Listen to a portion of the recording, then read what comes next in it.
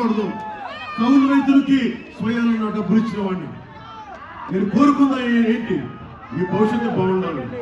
ఒక నదికి ఏముంటుంది అవసరం? ఒక నదికి ఏముంటుంది? మీ దాహం తీర్చాలనే కదా. ఒక చెట్టుకి ఏముంటుంది? అది మీకు నీడ కల్పించాలి, పండివ్వాలనే కదా. పవన్ కళ్యాణ్కి ఏముంటుంది?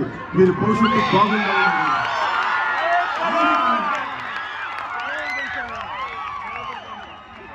అలాగే వైఎస్ జగన్ ఉన్నాడు.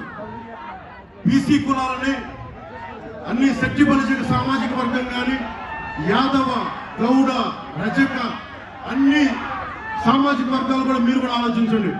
నేను కులాల దాటి ఆలోచించేవాడిని. నేను ఒక కులం కోసం రాజకీయ పార్టీ పెట్టిన వాడిని కాదు.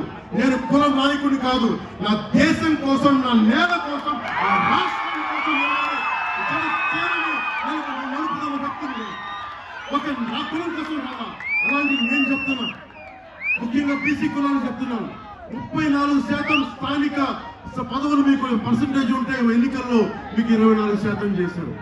బీసీ సబ్ ప్లాన్ ని దుర్వినియోగం చేశారు. ఎస్సీ కులాలకి డోర్ డెలివరీ చేసి హంతకులు చంపేసి డోర్ డెలివరీ చేసే వాళ్ళు వెనకేసుకొస్తా ఉన్నారు. ప్రైమరీ హెల్త్ కేర్ లేదు, ఆరోగ్యశ్రీ ఇవ్వరు. మద్యపాన నిషేధంతో వస్తానని చెప్పి మద్యాన్ని నమ్మే వ్యక్తి ఇసుకను దోచేశారు. ఏది ఎక్కడైనా సరే సహజ వనరులని దోచేశారు. ఏదైనా గొంతెత్తుదామంటే కేసులు. ఎక్కడికి పారిపోతాం? ఎక్కడికి వెళ్ళిపోతాం? మెగాస్టార్ చిరంజీవి గారిని కూర్చోబెట్టి జగన్ ఇలా అనిపించే పరిస్థితి. కాకినాడ రూరల్లో ఆయన పెట్టిన భిక్ష పెట్టుకొని కన్నబాబు తయారయ్యాడు. కూరసాల కన్నబాబు ఆయన పెట్టిన భిక్ష, ఆయన పడేసిన భిక్ష ఎమ్మెల్యే అయితే ఈరోజు జగన్ పార్టీలో చేరి చిరంజీవి గారిని అవమానం చేస్తా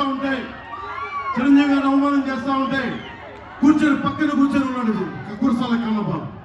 అలాంటి దౌర్భాగ్యుడు కురసాల కన్నబాబు. ఇలాంటి వాళ్ళందరూ కూర్చొని ఇక్కడ తాగల. ఆ రిజర్వేషన్ల గురించి వైఎస్ జగన్